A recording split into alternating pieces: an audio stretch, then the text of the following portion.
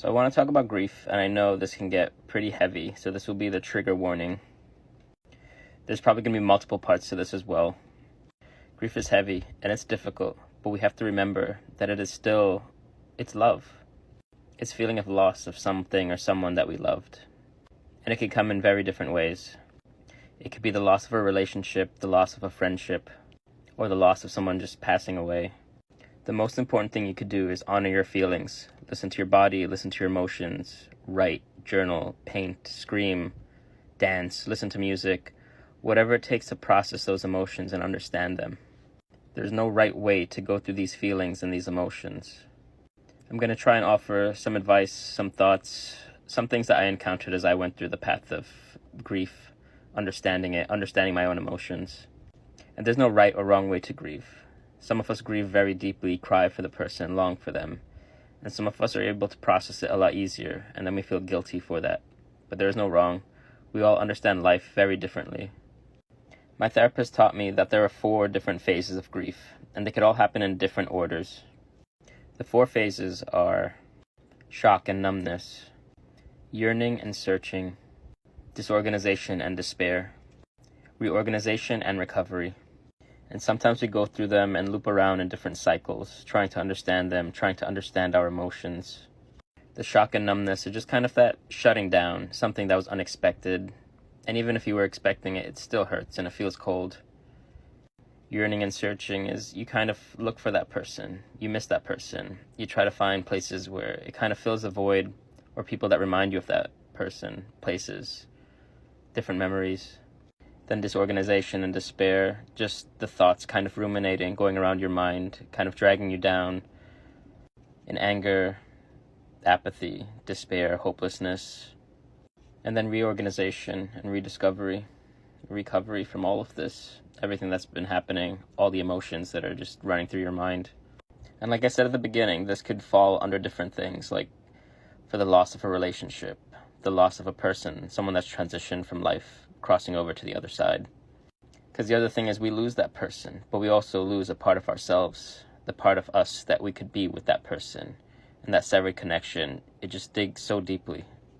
The first steps are just honoring your feelings, your emotions, going with the flow, cry when you have to cry, scream when you have to scream, journaling, how do I feel right now, what do I feel?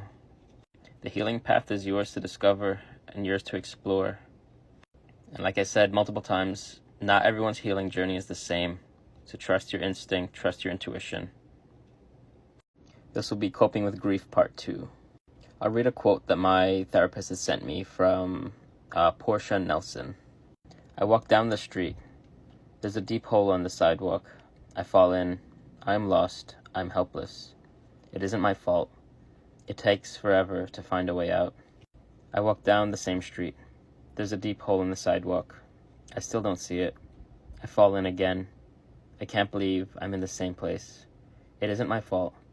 It still takes a long time to get out. I walk down the same street. There's a deep hole in the sidewalk. I see it there. I fall in. It's habit. It's my fault. I know where I am. I get out immediately. I walk down the same street. There's a deep hole in the sidewalk. I walk around it. I walk down a different street. And the quote kind of encompasses what grief is. The more we move along it, sometimes we fall into the same hole. We fall into the despair. We fall back into the pain. But it's okay. It takes time to cope with it. It takes time to heal from it. It takes time to accept it. Like I said in the first video, this could be the loss of a friendship, the ending of a relationship, or someone transitioning from physical reality back to vibrational reality.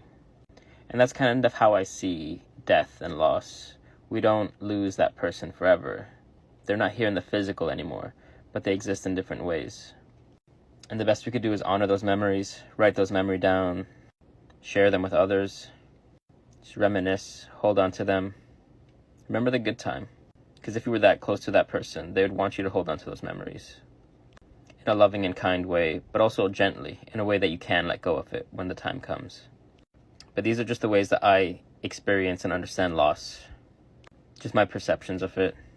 There's no right way to grieve or feel the hurt or feel the pain or move forward.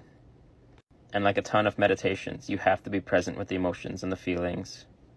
In the end, we find some sort of resolve for those emotions, some way to hold on to them, honor them, but also move forward without letting it bring us down, without falling back into that same hole again.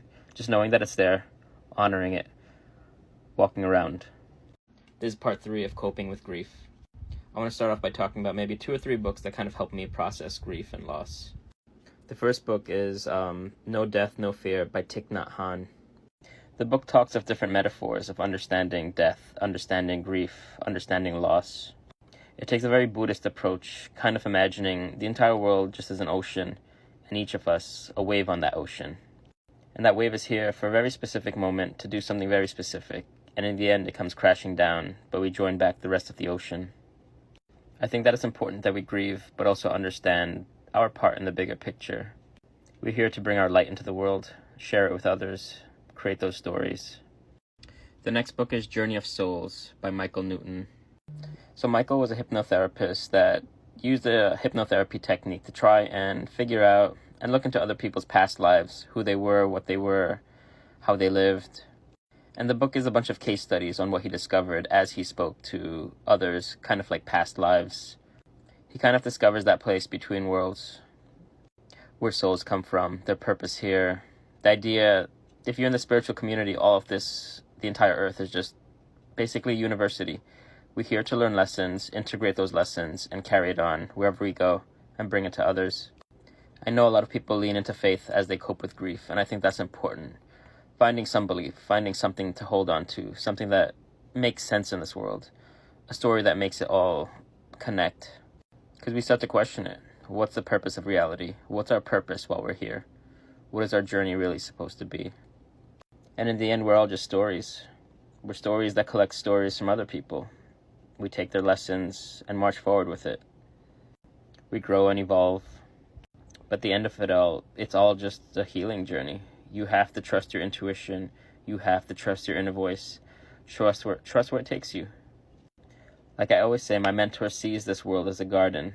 And sometimes flowers blossom, they fade away, but they return again in different ways, or blossom the next year. So just grieve in the way that you feel is normal and natural. Listen to your instinct, listen to your intuition. Every time the thoughts come up, just write them down, journal them, put them into your phone, get a physical journal, and just write it all down. And it's not something you have to read again. It's just something so that you could process the energy as it flows through you. I hope this is able to help. Thank you for listening. Let me know if this resonates with anyone.